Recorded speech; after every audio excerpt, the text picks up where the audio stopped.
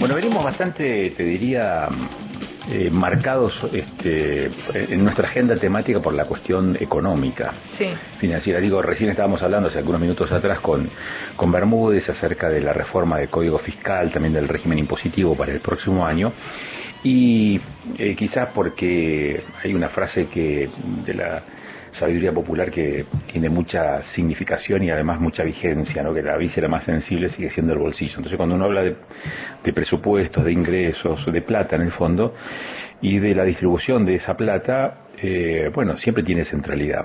Está con nosotros. Vamos a hablar también de cuestiones presupuestarias, de cuestiones económicas, pero desde el punto de vista de la justicia. Es la razón por la que está el doctor Germán Busamia, que es vocal del Superior Tribunal de Justicia, con nosotros al teléfono. Busamia, ¿cómo le va? Muy buenos días, Rocío Suárez, Agustín Amado, los saludan. ¿Cómo le va? Buen día, Rocío, buen día, Agustín, muy bien, gracias. Bueno, sigue siendo un problema la plata, ¿no?, para el Poder Judicial, ¿no? Sigue siendo un problema, se está replicando en el proyecto de presupuesto 2026, similar esquema de ingresos que los que se vienen proponiendo hace varios años. Hay una distorsión que se viene arrastrando unos cuantos años. Usted sabe que la ley de autarquía del Poder Judicial de la provincia es una ley provincial del año 92 que estableció que el Poder Judicial se nutriera sus ingresos del 18% de la coparticipación nacional de impuestos. En estas 3 décadas ocurrieron variaciones significativas en esa masa de impuestos nacionales que recibe la provincia de Neuquén, sobre la que el Poder Judicial de Neuquén tiene una porción. Ese 18% se mantuvo en el tiempo. Pasaron 2 fenómenos. La base de coparticipación nacional se fue reduciendo significativamente, hubo impuestos nacionales que con el tiempo se suprimieron de esa masa, se bajaron las alícuotas, y en muchos casos, por actividad económica nacional y cuestiones macroeconómicas nacionales, el flujo de fondos a ese fondo coparticipable nacional se redujo. Eso impacta directamente en que se han reducido proporcionalmente los ingresos que recibía el Poder Judicial por esa fuente. Y el segundo fenómeno es que el Poder Judicial de Neuquén se ha expandido, asumió nuevas funciones, creó nuevas dependencias, asumió nuevas competencias en las últimas décadas. Le estoy hablando, esto hay que dimensionarlo. La ley tiene 32 años, le diría que la distorsión que se arrastra lleva por lo menos unos 15 años o 14 años, que es cuando se registró la insuficiencia de esa fuente de ingreso y hubo que empezar a considerar complementar los ingresos del Poder Judicial con otra fuente de ingreso del Tesoro Provincial. Claro. Usted mencionó el tema autarquía financiera y esta particularidad que rige la forma de financiar el presupuesto del Poder Judicial con fondos de la coparticipación federal, pero que tienen en el último tiempo las características que menciona, que ha venido a la baja.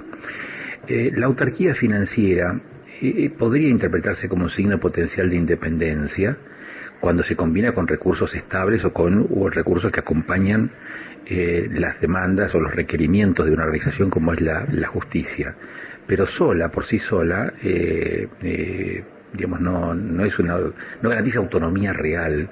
¿En qué medida, y aquí le pido una reflexión, estas condiciones financieras atentan, afectan, impactan sobre la debida independencia del Poder Judicial? Desde lo institucional muchas veces se nos ha preguntado y muchas veces hemos respondido. La verdad es que no vemos ninguna afectación a la independencia judicial por esta situación que se va generando con el paso de los años. Por supuesto que sería saludable y deseable, en términos de una buena administración en cabeza del Tribunal Superior de Justicia, que los fondos fluyeran a las cuentas oficiales del Poder Judicial de una manera que no fuera necesario mensual y anualmente coordinar con el Ministerio de Economía de la provincia cuáles son las sumas complementarias de dinero que se necesitan. Sería preocupante si existiera algún tipo de tensión institucional, como se registra en muchas otras provincias de la República Argentina. La provincia de Neuquén no se ha registrado, al menos en los 8 años que yo estoy en el Tribunal Superior de Justicia, jamás hubo alguna situación de falta de respeto institucional o falta de entendimiento institucional para que el Poder Judicial reciba los fondos que expresa como necesarios en su presupuesto, en su proyecto de presupuesto. Creo que la mayor garantía del resguardo a la independencia judicial está en expresar la necesidad del presupuesto que se envía a la legislatura, en hacer la visita que se realizó la semana pasada y que se deberá realizar ante una nueva invitación a las propias comisiones de presupuesto y de asuntos constitucionales de la legislatura, donde se explica cuál es la realidad, cuál es la columna de gastos que se proyecta y cuál es la columna de ingresos que se estima para atender esos gastos. Creo que en este contexto de respeto institucional entre los poderes del Estado para poder derivar a cada función estatal los fondos que necesita, no hay ninguna amenaza por la que preocuparse a la independencia judicial. Si uno interpreta la independencia judicial como el contexto de garantías que tiene que tener cualquier magistrado de la provincia para dictar la decisión que corresponde al caso que se le plantea, sin ninguna interferencia, ninguna naturaleza. Entiendo que estamos hablando de esto, de si el Poder Judicial tiene que acudir a una fuente distinta de las fuentes naturales contenidas en la ley de autarquía. Podría haber algún tipo de doble pensamiento cuando el Poder Judicial tiene que resolver temas vinculados a la provincia de Neuquén. Esto la verdad que no lo registro en lo personal y tampoco en lo institucional. Busamia, los fondos están destinados a, si nos puede hacer más o menos un resumen, no solo a los que están en planta permanentes y temporarios, sino a qué otros elementos. Me imagino que también a cuestiones operativas. ¿Cuáles son los puntos donde esos fondos son puestos en valor? El proyecto de presupuesto elevado a la legislatura que se está analizando para el año 2026 tiene un idéntico esquema de los últimos presupuestos. Poco más del 90% del total de gastos se destina a la masa salarial, a atender los salarios de todo el equipo de trabajo del Poder Judicial. En la planta actualmente ocupada hay unos 2.450 empleados actualmente trabajando. Es para atender los salarios de empleados, funcionarios y magistrados del Poder Judicial. Ese esquema de alrededor del 92-93% del total de gastos a masa salarial es el que se viene replicando hace muchos años. Es un servicio principalmente personal que se presta con servicio personal y al pago de ese servicio se apunta. El restante 8-9% se destina a los gastos de funcionamiento completos, es a los gastos mensuales, servicios, insumos, alquileres, pago de servicios de proveedores, y hay una parte de esa partida que se destina a obras de infraestructura. En los últimos presupuestos, por esta restricción presupuestaria que venimos señalando, no se han incorporado grandes obras nuevas, estoy hablando de obras de cientos de metros cuadrados. Por el momento estamos incluyendo obras de refacción necesarias, o alguna obra nueva de construcción, pero estamos hablando de obras de tal vez 100, 150, 200 metros cuadrados en algunas localidades de asiento de servicio de justicia que tenemos identificado como las prioritarias para poder mejorar la infraestructura edilicia. Pero eso es el componente. 92% masa salarial, 8% incorpora lo que es pago de servicios, bienes de uso, y una fracción para bienes de capital muy reducida. Germán, una consulta, doctor Busamia.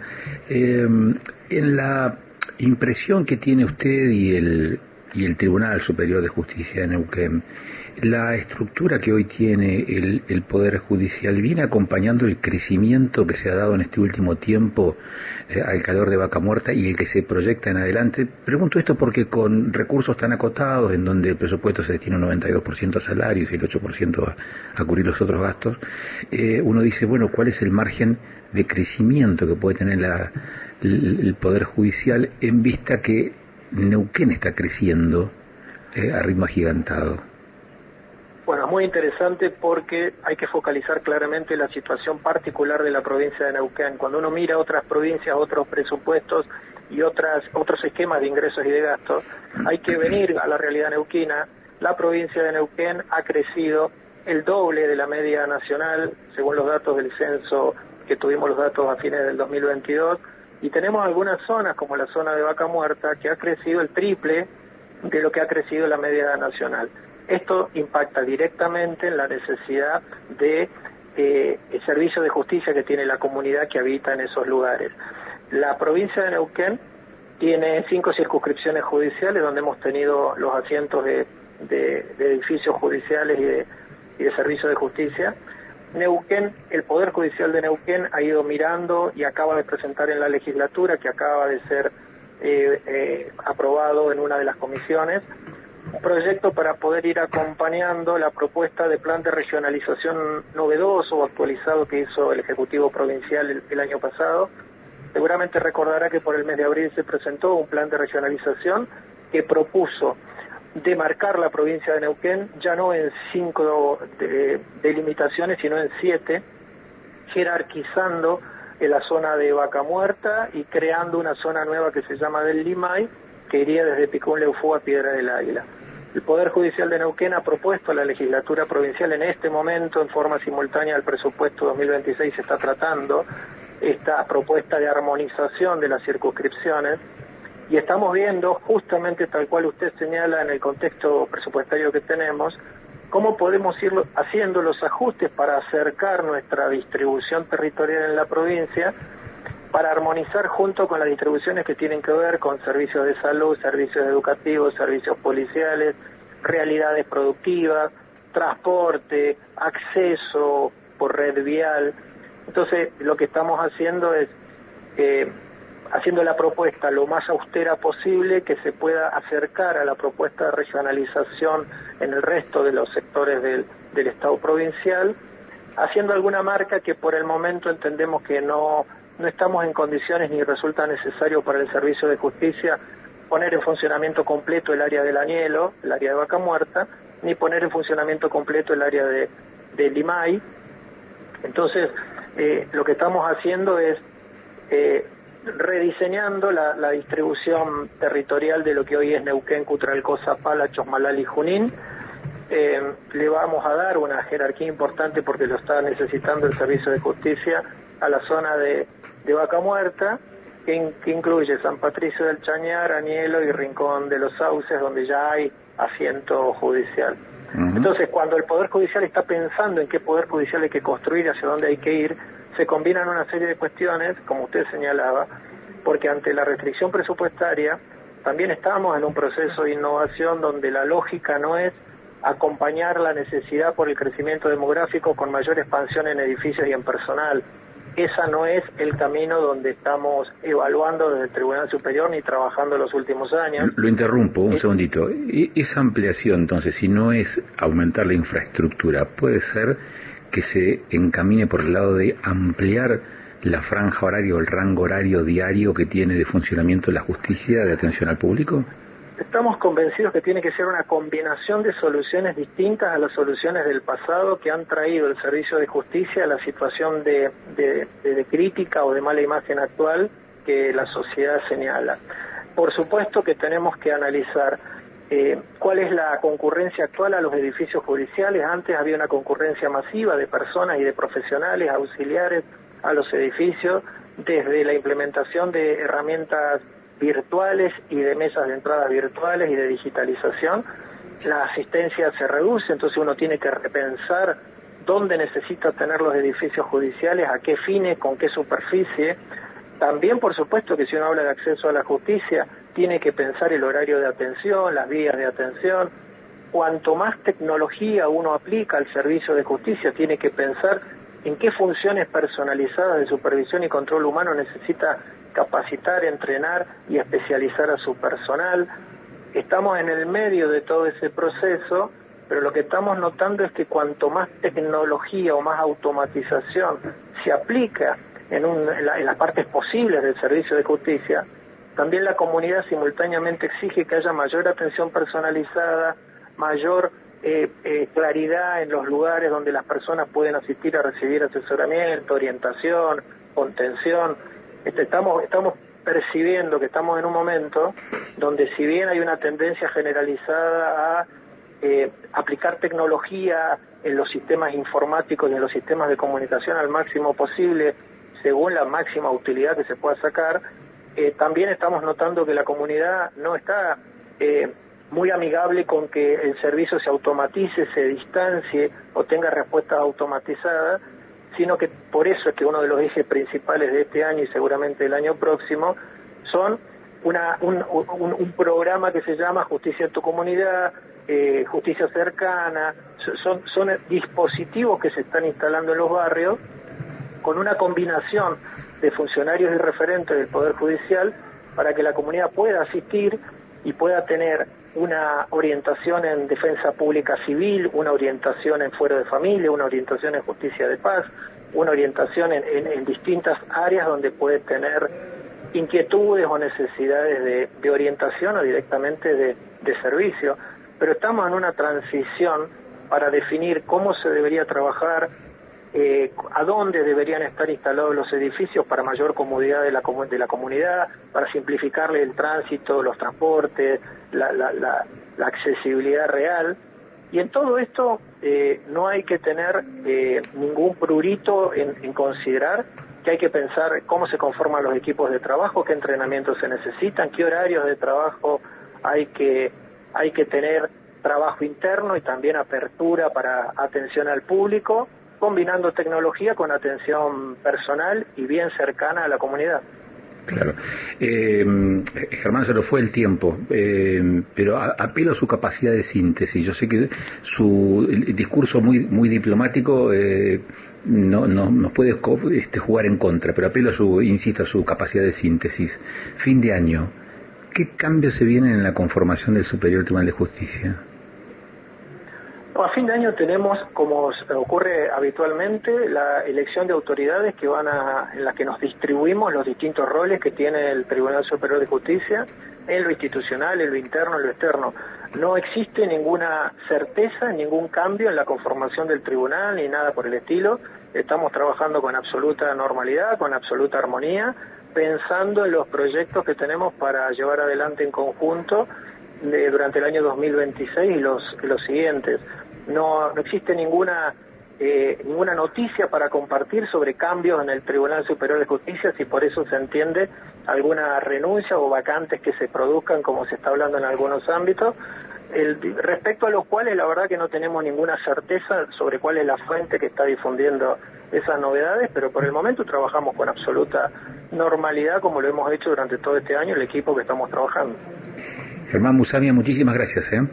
No, por favor, muchas gracias por el contacto y que tengan buen día. Bueno, muchas gracias. Germán Musamia es vocal del Tribunal Superior de Justicia de Neuquén. Los recursos del Poder Judicial, su distribución, pero también sus ingresos y egresos, claro, y las transformaciones que podría tener, sobre las que están trabajando, tanto en la Constitución, digamos, la conformación de su propio presupuesto, acotado, por cierto, y muy afectado para lo que es la cobertura de la erogación que significa el pago de salarios, habló del 92%, sí. Y también las posibilidades de ampliación o de reconfiguración, no solamente de la regionalización de Neuquén, sino también cómo atender este mayor crecimiento que está teniendo la provincia de calor de, por ejemplo, una economía que sigue muy fuertemente estimulada, impulsada por Vaca Muerta. Y 37, Pedro ya está pidiendo pista acá.